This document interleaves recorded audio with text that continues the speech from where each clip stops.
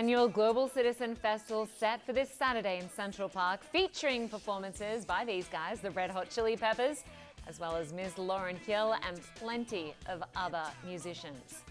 Well, the event coincides with the United Nations General Assembly in New York, and that's not by accident. Organizers have a message for world leaders. Urgent action is needed to tackle the poverty crisis. Well, joining us now to discuss more is Hugh Evans, the CEO and co-founder of Global Citizen. Good to have you with us, Hugh. Thank you so much, Linda. Thank you. So in the past, you've had the likes of Beyonce, Jay-Z, Coldplay, Lady Gaga. What's expected at the festival this weekend, and what's different about it? Well, the thing that's different about the Global Citizen Festival is that this weekend, 60,000 people will join us on the Great Lawn of Central Park, headlined by the Red Hot Chili Peppers, Ms. Lauryn Hill, Jungkook of BTS, and Anita all the way from Brazil. But citizens have to earn their way in through taking action, acts of service, by downloading the Global Citizen app. And all of those actions earn them points, and they use those points to come to the Global Citizen Festival for free this weekend.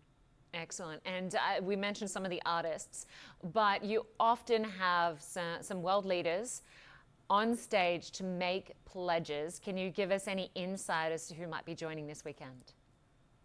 Well, firstly, we're focusing on the urgent food security crisis. We know that 1 in 5 people across sub-Saharan Africa face food insecurity, and in 2023, that is absolutely unacceptable. So we're calling on the French government, the Norwegian government, and my own home country of Australia to step up and tackle the food security crisis and support IFAD in their replenishment to support smallholder agricultural farmers.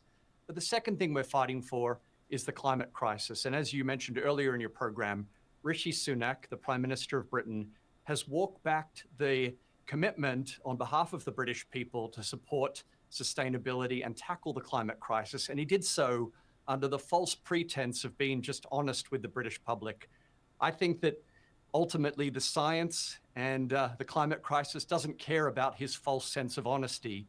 What it cares about is our governments taking action to achieve net zero targets. So we're calling on the British government to walk back their unfounded and misguided statement today and ultimately follow the lead of many other governments who are committing to net zero to tackle the climate crisis.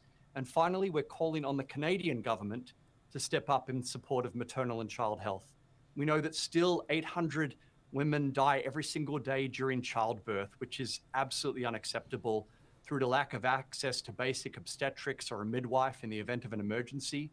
And the Canadian government, Trudeau, has declared himself a feminist foreign policy leader. So we want to see action, not just words, and them to commit to support the UNFPA in their urgent efforts. It's so good to see you holding these leaders to account. You have, of course, been running this festival for over a decade. I remember going to one of the first ones back in 2014. Just take us through what you've achieved in that time. Well, what the movement has achieved is that, and I'm pleased to tell you this year, we actually broke the record in the number of actions taken, 3 million actions taken just in the last few months by global citizens. And over the last 12 years, that's resulted in over $43.6 billion pledged on the global citizen stage that has now been deployed to impact the lives of over 1 billion people on the planet. That's more kids in school, more kids having access to life-saving vaccines and immunizations, more girls that are now able to read and write and live productive lives. That's what the movement is all about, working for the eradication of extreme poverty within our lifetime. And Hugh, I had a quick look at the forecast before you popped on. It does look like there is rain expected in New York this weekend. Will it go ahead no matter what? Well, I'm of the belief that, the global citizen movement isn't going to stop for a little bit of rain. And I also know that some of the greatest performances of all time, whether it's Diana Ross or Taylor Swift, as we saw recently, have occurred in the rain. So we are a rain or shine event. We want to encourage everyone, bring your ponchos, bring your gumboots. We're going to be going this Saturday, 60,000 people, no matter what. We will be tuning in. Good to have you on the program, as always. Keep up the great work. Thanks so much, Hugh Evans. Good to have you. Thank you, Linda.